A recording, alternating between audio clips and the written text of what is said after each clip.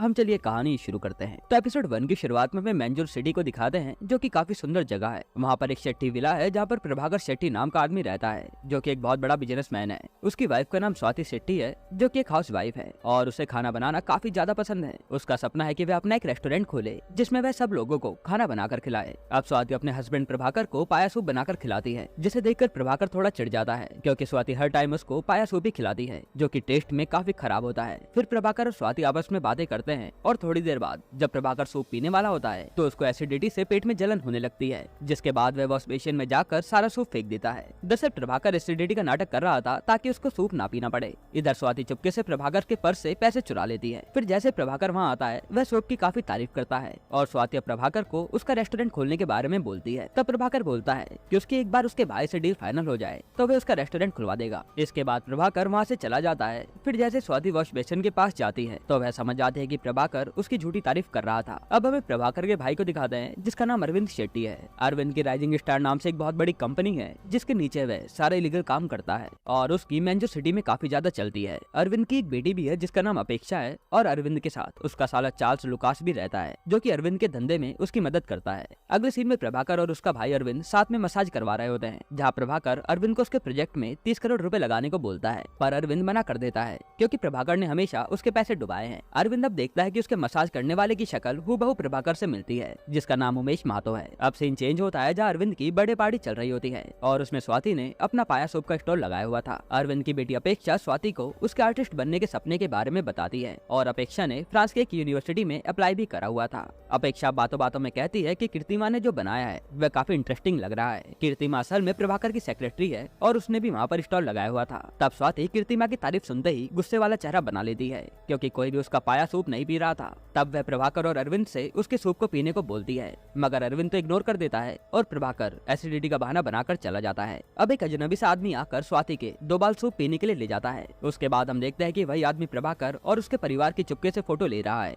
दरअसल वह एक प्राइवेट डिटेक्टिव है जिसका नाम किरण नादर है। अब हम देखते हैं कि स्वाति एक बुर्के में छुपकर कहीं जा रही है और जैसे स्वाति एक घर पहुंचती है हमें पता चलता है कि वह तो उमेश महतो का घर है, जो कि प्रभाकर की मसाज करता है और उमेश प्रभाकर का हमशक्ल भी है। अब स्वाति और उमेश मिलकर वहाँ इंटीमेट हो जाते हैं और स्वाति उमेश को उसके पति प्रभाकर के बारे में हर चीज बताती है। उमेश स्वाति से बोलता है कि तुम उससे प्यार करती हो ना, जिसका स्वाति जवाब नहीं देती। फिर उमेश स्वाति से पैसे मांगता है ताकि वह अपना रेंट दे सके और स्वाति उसे चुपचाप पैसे दे देती है। इधर प्रभाकर अब अरविंद को उसके बर्थडे पार्टी के लिए एक पुरानी बिल्डिंग पर लाता है, जहाँ वे मिलकर खूब एंजॉय करते हैं और यहाँ स्वाति अब एक खानसामा से जाकर मिलती है, जिससे वे कुकिंग सीख रही थी। पर स्वाति के खाने में टेस्ट बिल्कुल भी नहीं आ रहा था। खानसामा स्वाति को बोलती है कि अगर उसको अच्छा खाना बनाना सीखना है तो स्पेशल क्लास लगानी होगी, जिसकी फीस काफी ज्यादा है। इधर प्रभाकर अब देखता है कि उसको एक धमकी भरा नोट मिला है जिसमें उससे 50 लाख रुपए मांगे गए हैं। इसके बाद डिटेक्टिव किरण नादर कार में बैठकर चुपके से स्वाति की फोटो ले रहा होता है। तब स्वाति देख लेती है कि उसकी कोई फोटो खींच रहा है, जिसके बाद वह भाग कर जाती है और डिटेक्टिव का कैमरा पकड़ लेती है। तब कैमरे का पट्टा खींचातानी में अलग हो जाता है और डिटेक्टिव कार से भाग जाता है, पर अब कैमरा स्वाति के हाथ लग गया था। तभी डिटेक्टिव दूर से अब स्वाति को बीच की उंगली दिखाकर गाड़ी बैक करता है और उसे वहाँ एक ट्रक उड़ा देता है, जिससे वह वहीं पर मर जाता है। फिर स्वाति ये सब देखकर डर के मारे कैमरा लेकर भाग जाती है। इधर उमेश स्वाति के दिए पैसे से जुआ खेलने आया था, पर वहाँ के सारे लोग उमेश को मारकर भगा देते हैं, क्योंकि उमेश का पहले से वहाँ पर काफी ज्यादा उधार हो गया था। अब प्रभाकर अपने भाई को उसके प्रोजेक्ट के बारे में बताता है, पर अरविंद साफ साफ मना कर देता है कि वह उसके प्रोजेक्ट में एक भी पैसा नहीं लगाएगा, क्योंकि प्रभाकर ने पहले भी ऐसे कई प्रोजेक्ट में उसका नुकसान किया था। जिसके बाद प्रभाकर गुस्से में अपने प्रोजेक्ट के मॉडल को तोड़ देता है। अब स्वाति और उमेश प्रभाकर के घर में साथ में होते हैं और वे देखते हैं कि कैमरा में उसकी और उमेश की इंटीमेट होने की फोटोज थी। मतलब किसी को उन दोनों के बारे में सब कुछ पता चल गया है। स्वाति अब डर के मारे रोने लगती है। तब उमेश बोलता है कि वे दोनों फटाफट जो भी पैसे घर में रखे हैं वह लेकर भाग जाएंगे और कहीं दूर जाकर घर लेंगे,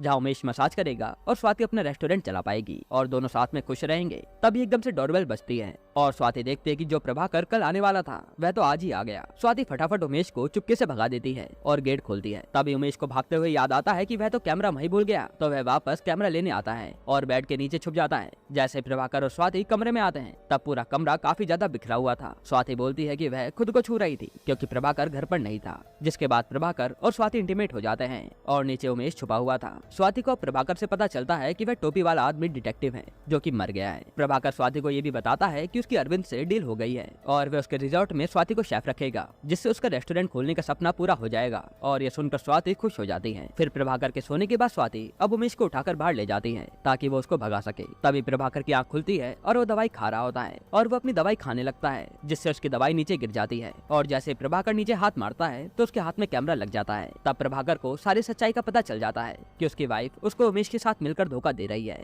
और वह बाहर आकर उमेश और स्वाति को पकड़ लेता है। फिर प्रभाकर उमेश को खूब मारता है और स्वाति का गला घोटने लगता है। तब उमेश प्रभाकर के सर पे लोहे का गमला मार देता है, जिसके कारण प्रभाकर वहीं मर जाता है। अब स्वाति और उमेश काफी डर जाते हैं कि उन्होंने क्या कर दिया। तभी प्रभाकर के फोन पे कॉल आता है जो कि डिटेक्टिव नाडर का था, पर उसका तो एक्सीडेंट हो गया था और यहीं पर एपिसोड 1 खत्म होता है। एपिसोड 2 की शुरुआत में हमें इंस्पेक्टर हसन को दिखाते हैं जो कि डिटेक्टिव के कार एक्सीडेंट की जगह पर आकर इन्वेस्टिगेशन शुरू करते हैं। तभी हम एसआई थोपली को भी देखते हैं जो कि काफी होशियार इंस्पेक्टर है। वह अपने सर हसन को केस की डिटेल देता है कि जो एक्सीडेंट में मारा गया आदमी है उसका नाम किरण नाडर है और वह एक प्राइवेट डिटेक्टिव था और थोपली को ये सब मर्डर लग रहा होता है। तब एक पागल सी औरत थोपली को साइड में ले जाकर बताती है कि एक बुरखे वाली औरत ऊपर कुकिंग क्लास से आई थी जिसने ये सब किया, मतलब वह मर्डर हो सकती है। थोपली वहाँ उस कुकिंग क्लास का नाम नोट कर लेता है, जिसके बाद वह डिटेक्टिव नाडर के फोन से उसकी लास्ट कॉल करता है जो कि प्रभाकर का नंबर था, यानी कि जो फोन एपिसोड 1 में आया था वह नाडर ने नहीं बल्कि इंस्पेक्टर थोपली ने किया था। अब स्वाति फोन उठाती है, तब थोपली स्वाति को बोलता है कि उसको प्रभाकर से एक एक्सीडेंट के बारे में बात करनी है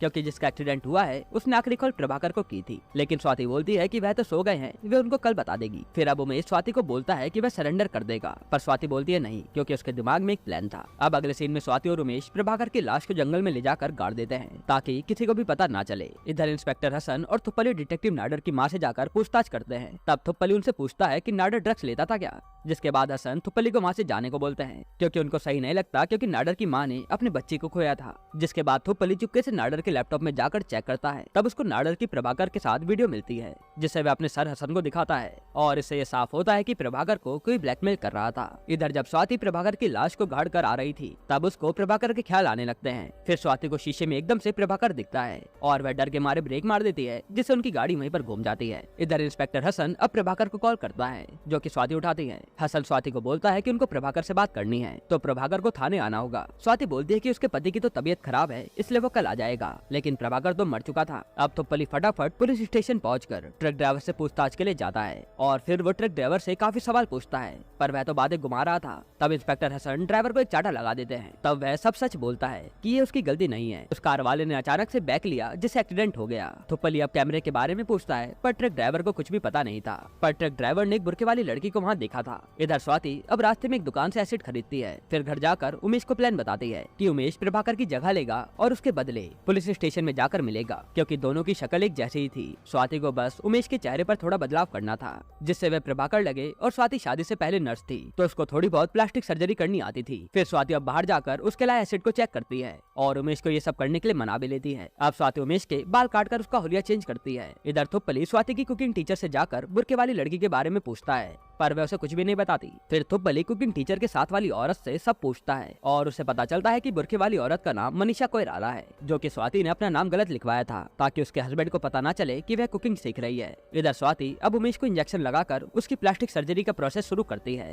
तभी स्वाति के नंबर पे कॉल आता है जो थोपली ने किया था क्योंकि उसको वह नंबर कुकिंग क्लास से मिला था। स्वाति पुलिस का नाम सुनते ही फोन काट देती है और सिम तोड़कर फेंक देती है। इधर उमेश के मुंह में जलन हो रही थी तो वो अपने मुंह पर स्वाति जो सर्जरी के लिए बोतल लाई थी वो डाल लेता है, पर वह तो एसिड था जिससे उमेश का मुंह और भी ज्यादा जलने लगता है। तब स्वाति जल्दी से अरविंद को बुलाकर उमेश को हॉस्पिटल ले जाती है और अरविंद को लगता है कि वह प्रभाकर ही है। फिर वहाँ डॉक्टर बोलते हैं कि प्रभाकर की एसिड की वजह से आंख चली गई है और आधा गाल भी जल गया है, उनको प्रभाकर की प्लास्टिक सर्जरी करनी पड़ेगी। अब इंस्पेक्टर हसन स्वाति से उसके पति के ऊपर हमले के बारे में पूछते हैं। तब स्वाति बताती है कि उनके घर में एक चोर आया था जिससे प्रभाकर की लड़ाई हुई और चोर ने लड़ाई के दौरान ही प्रभाकर के चेहरे पर एसिड गिरा दिया और फिर वहाँ से भाग गया। इंस्पेक्टर हसन अब स्वाति को एक नोट दिखाते हैं जिससे साफ होता है कि प्रभाकर को कोई ब्लैकमेल कर रहा था, तभी उसने डिटेक्टिव को हायर किया था जो कि मारा गया। वह इंस्पेक्टर थोपली को पता चलता है कि मनीषा कोइराला का नंबर उमेश के नाम पर रजिस्टर्ड है, तो वह उमेश के मसाज पार्लर में जाकर चेक करता है और वहाँ उसे पता चलता है कि उमेश ही प्रभाकर को ब्लैकमेल कर रहा था। अब हम देखते हैं कि अरविंद की बेटी अपेक्षा को पेरिस में आर्ट कॉलेज में एडमिशन मिल गया था, पर अरविंद अपनी बेटी को मना कर देता है क्योंकि वह अपनी बेटी को बाहर पढ़ने नहीं भेजना चाहता था।